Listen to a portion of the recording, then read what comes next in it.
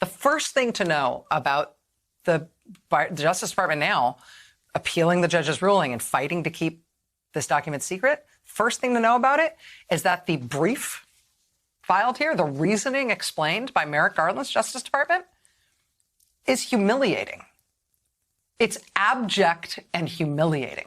Throughout the brief filed with the court late last night, the Justice Department, the current Justice Department, is just crawling and scraping about how they didn't mean what they said and how sorry they are, that it looked the way that the judge thought it looked, but they didn't mean it to look that way. And now, in retrospect, they can see how misleading their previous statements seemed to the court when Barr was Attorney General.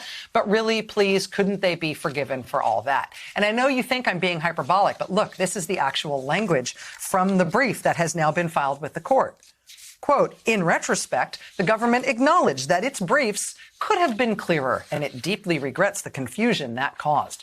But the government's counsel and declarants did not intend to mislead the court. Quote, we regret the language that was imprecise in the government's brief and the confusion it has caused. Quote, we regret that we did not make this distinction clearer in our briefing. Quote, the government now recognizes that several statements in its briefing were susceptible to an interpretation.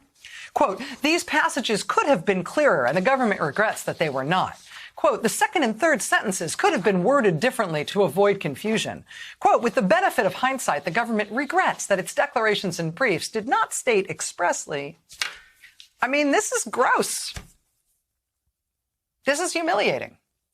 This is the Justice Department now, under Merrick Garland as Attorney General, bending over backwards like this to try to make it seem like the Justice Department under Trump was acting in good faith and doing their best, and all the false and disingenuous things they told the court about former President Trump's liability to potential criminal prosecution.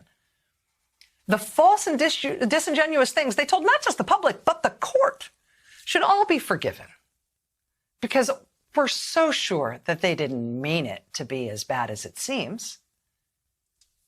I can see the Justice Department under Bill Barr, the Trump-era Justice Department, making these kinds of representations about themselves and their own bad behavior here. But why is the Garland Justice Department trying to make this go away, trying to clean this up?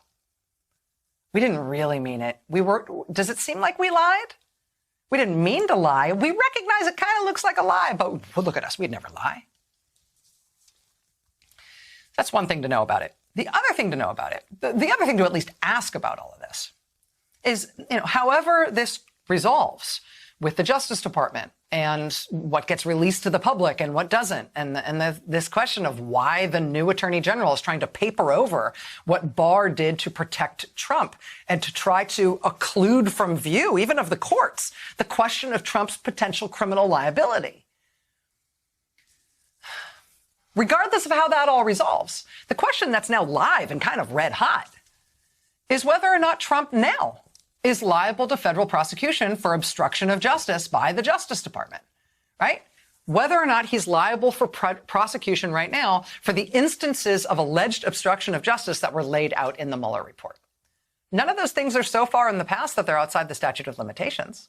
I mean, what has become clear through all of this unequivocally is that the Barr-era Justice Department never did substantively consider obstruction charges against Trump. Despite all the evidence laid out against him, despite them lying to the public and the courts and saying they looked at that evidence very clearly, they did not. It was never looked at. We now know. The question of whether or not Trump should face federal criminal charges is no longer constrained by him being a sitting president and therefore immune from prosecution. That no longer applies. And the question of potential federal prosecution of him for obstruction of justice has never been substantively looked at, despite the hundreds of detailed pages of evidence about those alleged crimes that was made public in the Mueller investigation. So, will the Garland-era Justice Department now consider those charges?